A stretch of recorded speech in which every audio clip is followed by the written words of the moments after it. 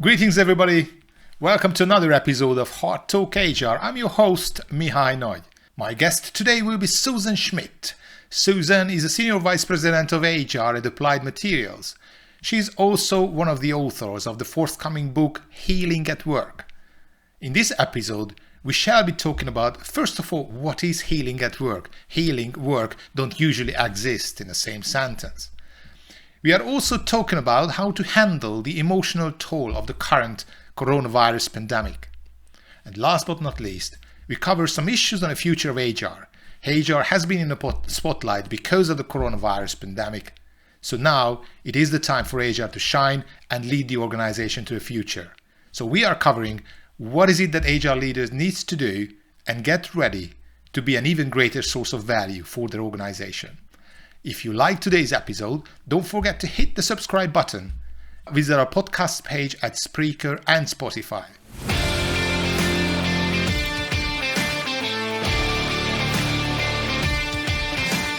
At Hot Talk HR, we bring you fresh ideas and inspiring content from around the world of work.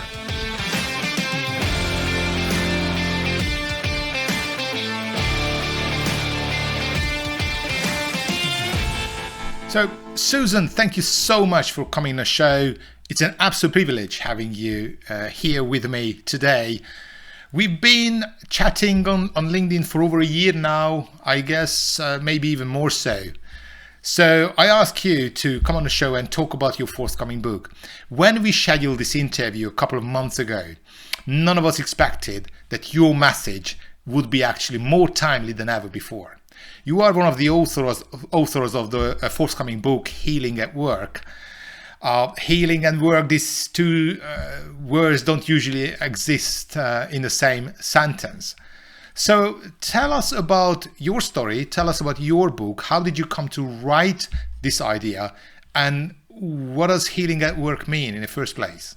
Sure. Well, thank you. I'm really grateful to have this opportunity to talk. So thank you for that chance. So typically when we think of the workplace, we think of stressful, competitive, long hours, no work-life balance, associated with stress, anxiety, and worry. We don't typically think of the workplace as a place for healing. In fact, there's a ton of research out there, I know you probably have seen it too, about how detrimental and dangerous the workplace is for health. There's a book by a guy from Stanford. His name's Jeff Pfeiffer. I think that's how he says his last name. He wrote a book called Dying for a Paycheck and talked about the 10 managerial practices that could actually negatively affect health and potentially even life. And so I think that, that is the experience of many people in the workplace, is that sort of dog eat dog, work yourself to exhaustion, go home and do it all over again. And actually, it's interesting because when we think about that, the workplace is a place of stress. A lot of people enter the workplace already stressed. And what I mean by that is many of us come into our workplace, into our careers, having come from a stressful childhood and coming from some dynamic that was happening in the family system that created stress. It could have been a lot of different factors. It could have been an alcoholic parent. It could have been an overbearing, angry, narcissistic, neglectful dynamic going on in the family situation. And so, when we enter the workplace and the career, we think we're leaving all those things behind. We've come through and we're ready to go in our professional lives. And actually what ends up happening is we kind of get onto this career path of the normal experience, but it's even worse for people, again, like myself, who come into the workplace with potentially some self-limiting beliefs and some old strategies for how we navigated our family systems to try to create as much emotional safety as we could. We learn and adapt to the environment. And then when we get into the workplace, what ends up happening, and I've seen this through my 32-year career and my own experience, plus having the privilege to work with a lot of leaders and employees, this happening as well, is for me, for example, coming out of my childhood, the techniques or strategies that I learned to try to navigate my own environment was people pleasing. If I could just do enough to please as a kid, maybe it would avoid the dynamic in my family, which was around rage and anger and uncontrollable. So it resulted in people pleasing as well as perfectionism.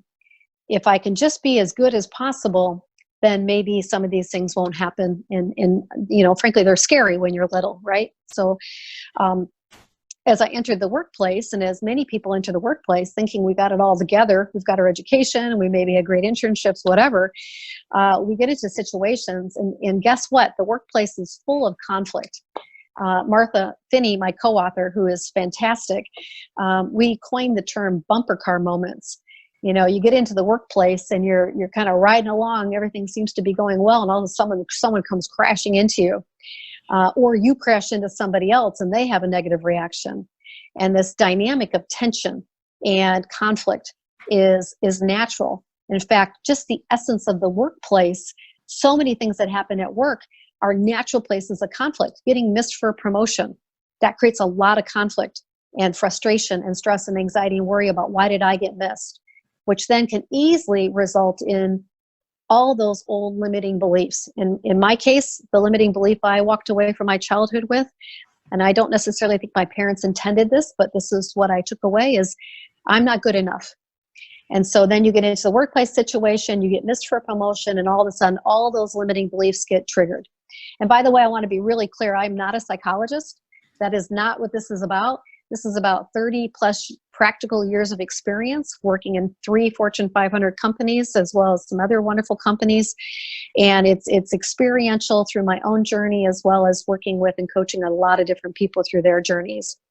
And so thinking about the workplace as this place that creates a lot of conflict, that we have many chapters on many workplace related conflicts, is what happens is, and this is where we flip the workplace on its head, and rather than being a place of stress, anxiety, and worry, which often leads to, actually I was writing down some of the things, people that are overachievers who never rest and don't enjoy their successes because they constantly feel like they need to prove themselves.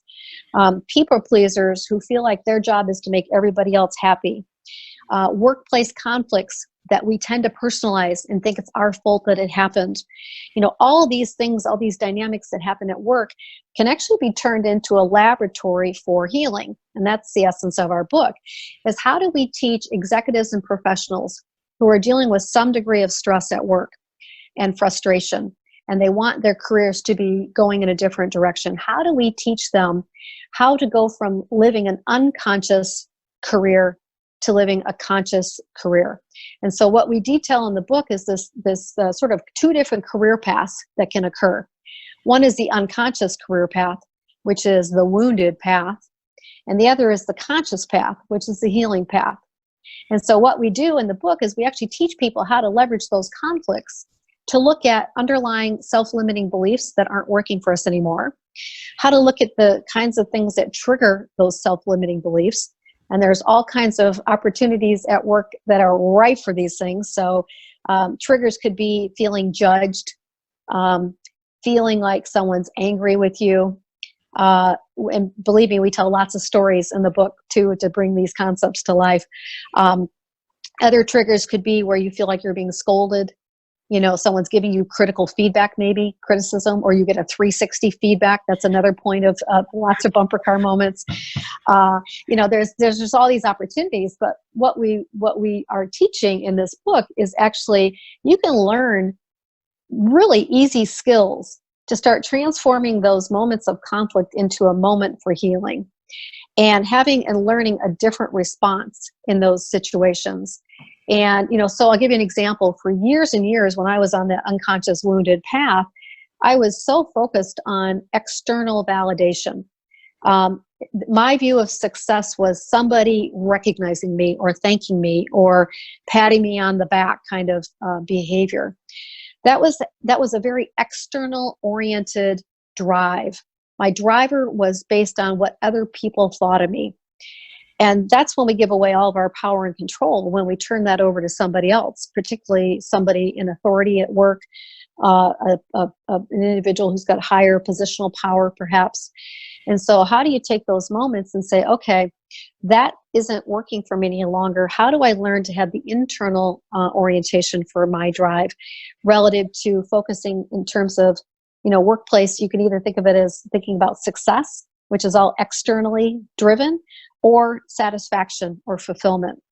And that's internally driven based on your values, your sense of identity, and your level of self-acceptance.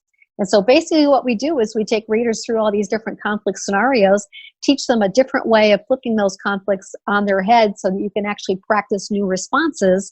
And in doing that and becoming more and more skilled at that in the environment of the workplace, which, as Martin Seligman talks about in his book, Flourish, there are so many positive attributes of the workplace that we can leverage. There's opportunity for achievement. There's opportunity for relationships. There's opportunity for engagement. There are all these opportunities that we're missing because we're unaware and unconscious about how much those traumatic pasts are actually influencing us at work. And so this has been the most creative, purpose-driven initiative that I have ever been involved in. And we were just working on the last chapter last weekend, so we are very close to submitting the manuscript to the publisher. But that's the essence, is we're teaching people new ways of responding, strategies on how to practice different approaches, and really transitioning from an unconscious reality where two realities are occurring. Our childhood reality sometimes comes crashing into our adult professional reality, and we don't even realize it. And becoming conscious of that, and we have a visual that describes how this works, and gently guiding the reader over onto that healing career path. It is a place of freedom. It is a journey of greater self-acceptance and a discovery around understanding how to create more joy at work and actually in life, more fulfillment, if you will, at work and in life. So that's what the book's about. Susan, thank you so much for these amazing insights. Thank you for your candor. And this is the real strength, to be able to show your vulnerability. Absolutely amazing. Let me ask you, when was the breakthrough moment in your career when you realized that it is time to take your future in your hands? I mean, after all, you've had an amazing career in HR, and you say you're not good enough. Then who is good enough? You've been leading billion-dollar businesses as an HR leader. You are a senior vice president of HR at Applied Materials as of today. So you have had an amazing ride in this profession. So when was the moment of breakthrough when you came to realization that there is a better way to deal with your own issues? Well, it's been a journey, right? And the journey started in 2004. This was back when I was working for the Kellogg Company, the large food manufacturer. And I was on the management team during our union negotiations with our cereal plants. And so we had a lot of downtime at the hotel. And I sat down and just started typing. I had some experiences as a child and also as an adult related to my sister in the night that she died that I just felt was important to write down. And so I just started writing. So I would say the original manuscript started in 2004, and it was called 7 Years in the Swamp. And it was really about a lot of really sad things that happened in my life. And it really, it was a start. That's where I starting to realize that I needed to document some of these really difficult challenges that I had experienced. And then I ended up evolving the manuscript to a manuscript that was called Dark Storms, Great Gifts. And so sort of the evolution of the manuscript that's coming to life now as Healing at Work really evolved. And there was this point of looking at the darkest time in my life. And by the way, many of those moments were career related. And it was really, the book was all about exploring the negative impact of people pleasing and perfectionism in my life and how that worked against me, to the point where that underlying belief that somehow I didn't matter or wasn't good enough had driven and resulted in managing the stress in unhealthy ways. It's very common for people that are feeling this sense of not being good enough to, in my case, it was drinking. It was using alcohol as a way of numbing some of those emotions. And luckily, I was fortunate to, I won't go into the whole story now, I talk a little bit about it in the book. I had an opportunity to realize that was a path I did not want to pursue, and have not had a drink in almost 16 years. But it was in discovering that the most difficult times in our lives are also the greatest opportunity for breakthrough. And I was talking about it through the lens of leadership, breaking through our leadership limitations. And again, I chronicled perfectionism and people-pleasing as mine. There are others, right? And looking at how do we learn how to be more effective as leaders by using these dark times. And so my first manuscript was finished Christmas Day 2017. I didn't really know what to do with it. It had been written over many years, so it was probably disconnected in its writing. And by the way, I had never written anything as far as being an author. And long story short, I reconnected with Martha Finney in the summer of 2018. And she is amazing. She has her own business. She's been a follower of the HR profession her entire career. And we reconnected on a professional project. I'd done a professional project with her previously. And in the conversation, she said, what have you been up to? And I said, well, I wrote this manuscript. I don't really know what to do with it. And she said, send it to me. And so I said, okay. So I sent it to her. And before she started reading it, the morning she started to read it was a Sunday morning at 5 a.m. She sent me an email and she said, I feel like God has been preparing me to work with you on this book. And she said, I don't know why I feel that way. I just feel like I've had a lot of time to reflect in the last few months. I put myself in my own seclusion. I think she had a surgery or something. I can't remember the specifics, but she had done a lot of reflection about her own damaged childhood. And by the way, we coined a term in the book called Adult Survivor of a Damaged Past, ASDP. And so she read the whole manuscript during the day. And that night she called me and she said, you must hire me, because I was looking for an editor. You must hire me. And by the way, I have some ideas to make it even better. And we started working together. Again, it was sort of the summer of 2018. It's been about a year and a half.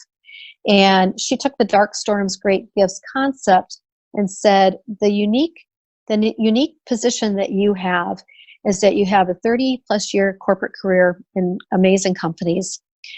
I've had a pretty traumatic childhood, which definitely had an impact on me. And I've been surrounded by people in my entire career. It's like God has put these coaches and mentors and teachers in my life from the beginning I started my career, who have taught me new ways of thinking about HR, leadership, organization effectiveness. And so a lot of what I had detailed in my original manuscript, Dark Storms, Great Gifts, was what I had learned from other people in navigating the workplace dark storms. Mm-hmm.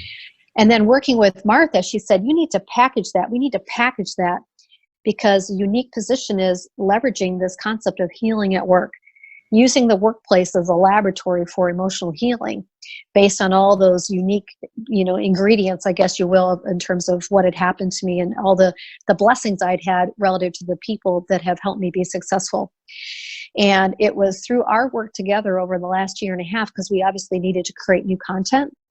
As we were doing that, and as we were developing the concept, I would say in the last year and a half, the work alone on this book has been healing, because the clarity that has come from understanding how unconscious me and so many other people are in their careers, to understanding the gripping effects of our childhoods in learning strategies that work but don't work in the workplace as well, and actually sometimes get us into all kinds of snags, is the process of the writing of this redesigned manuscript has in itself been a healing journey. Mm-hmm. Because what we've done is a significant amount of research, looking at Seligman's work on flourish, Fredrickson's work on positivity, Kristen Neff, all these amazing people that have done work in this arena in taking the concepts of neuroplasticity and our ability to reshape our brains.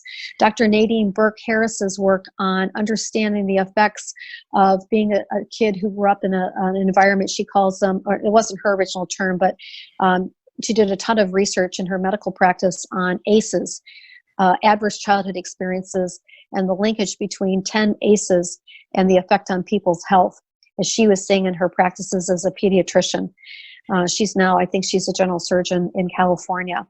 And so through all of this learning and research and building the substantive context for the discussion, the process itself has been a healing journey. So I don't think there's one specific moment. It's been a multi-year path. It's why I feel so excited to be able to share the concepts, the ability to clarify. I think one of my core fundamental values is clarity, is providing clarity to people to help them be successful and to live more joyful lives. And so that's exactly what we do in this book through using workplace moments, the bumper car moments, shifting them completely in a different way based on the research that we are capable to create a new future. We have a slogan that we coined, damaged is not doomed. And, it doesn't necessarily mean that we're damaged as people. It's just that we had some pretty traumatic things that may have had an effect on how we think about relationships and conflict. So I feel like I'm rambling, but it's just, it's been an amazing journey. Some ideas that really caught my attention. You talked about how reality is what we think is reality. It's more often than not, it's just the making of our mind. And the reality we perceive as reality might not have anything to do with the actual reality around us. It is also very important, as you said, to be grateful, to practice gratitude, because that feeling of gratitude can help us to be in a much more positive state of mind. And of course, being able to question our deepest beliefs, our deepest paradigms, and realize that some of these paradigms are not necessarily true. It's just true because they've been forced upon by our parents, our teachers, by the society. So we need to be able to question that if that holds us back to achieve our maximum potential. And last but not least, it was a very powerful message that growth and greatness can come from adversity. So what we perceive as adversity at the time when it happens to us, the dark moment, actually it can be the moment for a breakthrough later. And these ideas are so important because just before I hit on the record button, we chatted about the young generation at the workplace, those who are in their late 20s, early 30s. They have not experienced practically crisis, economic crisis ever before. So right. Our generation, we've been through the 2008 crisis. We've been through in Asia when we had the Asian financial crisis, the SARS, the H1N1 global sort of swine flu, and also, of course, 9/11. So we've been through a few crisis situations. But of course, nobody has experienced the scale and magnitude of the current pandemic.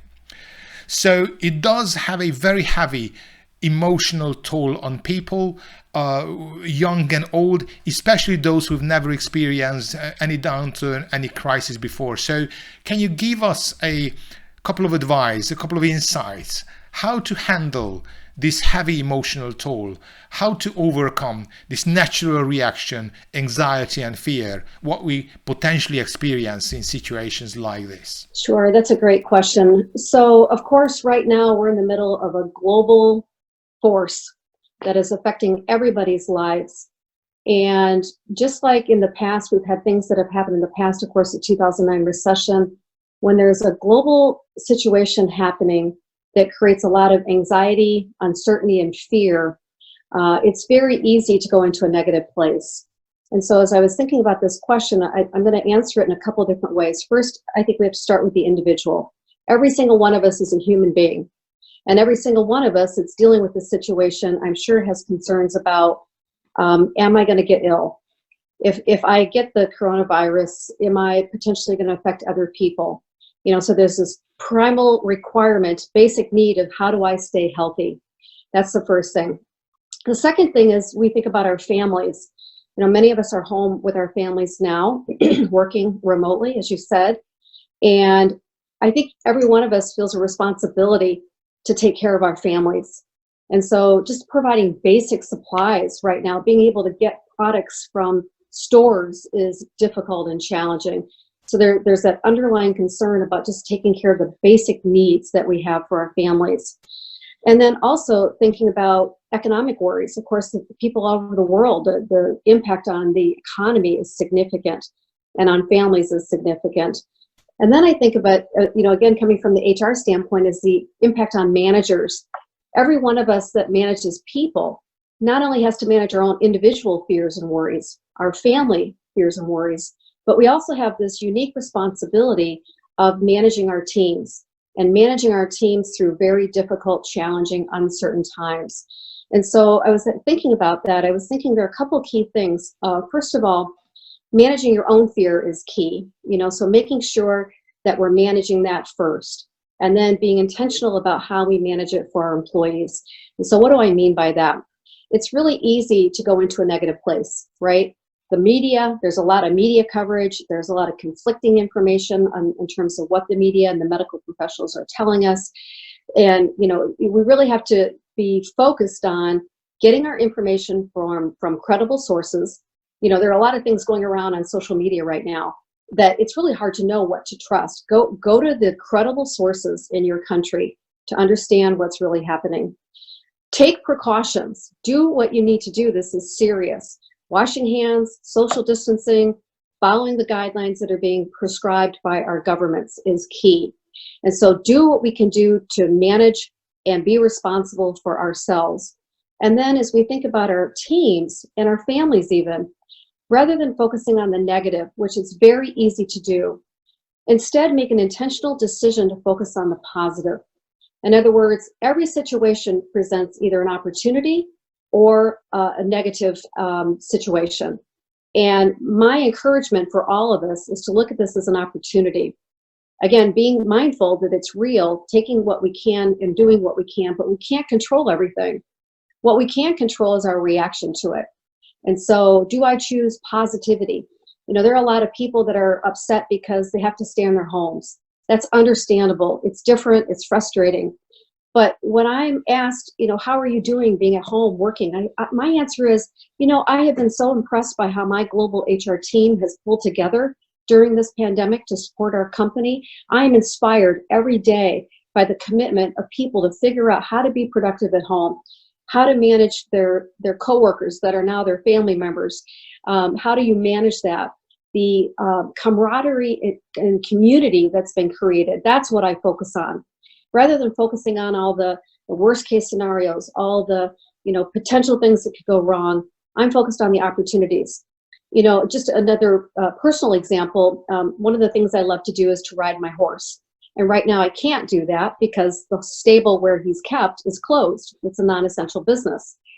Some of my friends are very mad that they can't go see their horses and ride their horses. And my answer is, well, I'm considering it a wonderful vacation for my horse. He deserves it. He works hard, and here's an opportunity for a break.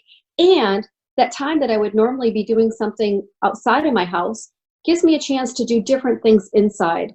And so look at this as what are the positives. And I think many people are familiar with Sen Delaney. They're a wonderful company that does culture work all over the world. And they have this concept called shadow of the leader.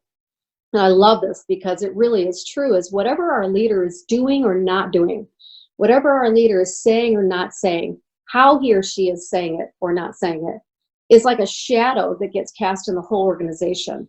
And so if my leader is worried and anxious, that's going to translate to everybody else. And I'm going to emulate what my manager is doing because that's the shadow of the leader. So being very intentional about what shadow are we casting in our organizations right now, I think is key. And of course, then taking it up one more level from the manager to the employer to our companies, I think our number one responsibility as a company is communicating with our people, providing information to our people, telling people and employees what we know, and being honest about what we don't know, being willing to be transparent to say, we don't know that yet, but when we have an answer, we will let you know. We did meetings with our people managers as we were working through some of the issues in our own country in the United States. Got on the phone with 1,200 people managers in 2 different sections just to talk about, this is what we know, this is what we don't know. We know you're thinking about this, you have questions about it, and we commit to get you the answers. And so that would be my advice. Individual, family, manager, and company is thinking about ourselves in all those different roles. Wonderful insights, Susan. Again, thank you so much, as you put in very wisely, where you focus your energy, where you focus your attention.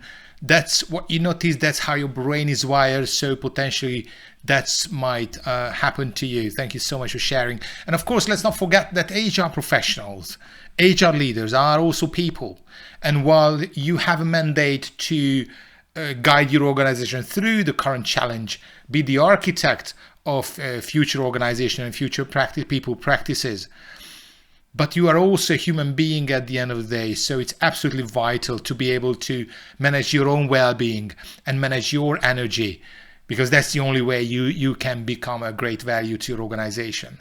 And that brings me to the last question, which is about value creation in the future. Questions we can take away from the current situation, from the current pandemic. How do you see, I mean, you've had an amazing career in HR. You've been HR leader for several multi-billion dollar companies.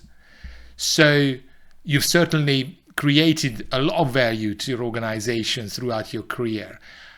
How do you see it in terms of the future of HR and the evolving role of CHR and the HR function? What can we take away as lessons learned from this pandemic, and how HR leaders can become an even greater source of value to their business? I love this question. This is a very deep and very important question. And when you posed the question to me, of course, I gave a lot of thought to it. And so the first thing I would say is I think we have a responsibility, both now and into the future. Our job is to really assess every single thing that we're doing as HR practitioners and asking a simple question. Is what we're doing making a real and meaningful difference for our business and our company? Because frankly, having spent so much time in HR, I feel like a lot of the traditional HR practices are not only not helpful, but in some cases are actually taking the company backwards. And we need to get on another one of these shows, and I would love to talk to you about some of the examples of what I'm talking about in the space of talent assessment and competency models, in the space of diversity and inclusion.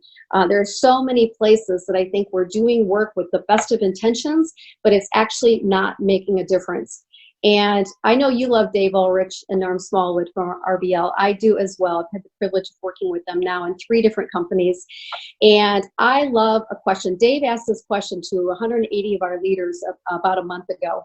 And the question was, what are you doing to help your company win in the marketplace? What value are you delivering in the marketplace? And I think that's the same question HR needs to be always asking. What are we doing to create value in the marketplace?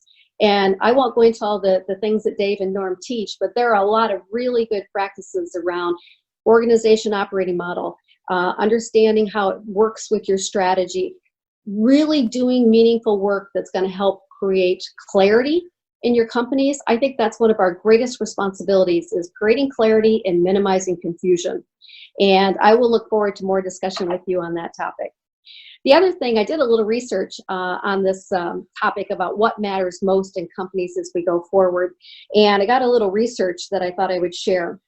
The top concerns that CEOs cited in a recent study by the Conference Board, when they looked at the internal concerns, I won't focus on their external concerns, but their internal concerns, 740 CEOs stated that these are the most important things to them from an internal company standpoint. Number 1, how do we attract and retain talent?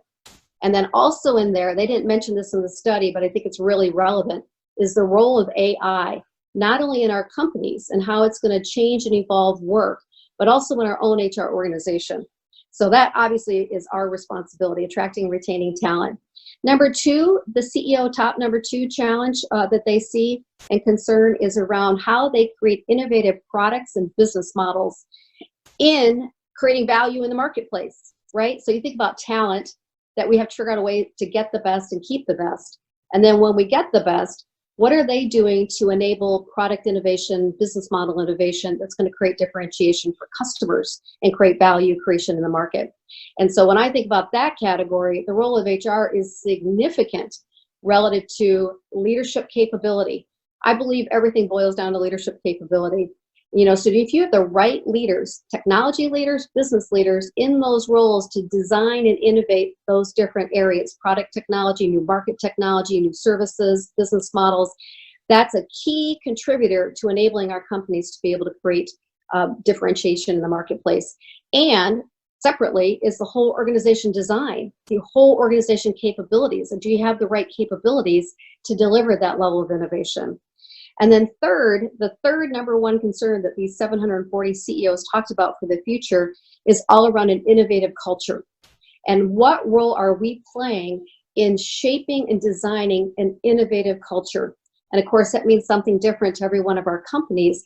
But I see huge opportunity for HR leadership in all these areas. And all these areas are on the minds of our CEOs as we go into the future. Brilliant. So your book is coming out soon, later this year. You mentioned you're just about to finish. If somebody would like to grab a copy, how long do they have to wait? When is your book, when will your book be published? Let me just think about this for a minute. So we're starting April. I think realistically, the manuscript will probably go to the publisher. I'm going to just say early May as we finish knitting it all together, finish last pieces. We're very close. Once the publisher has it, it's a 4 to 8 week period.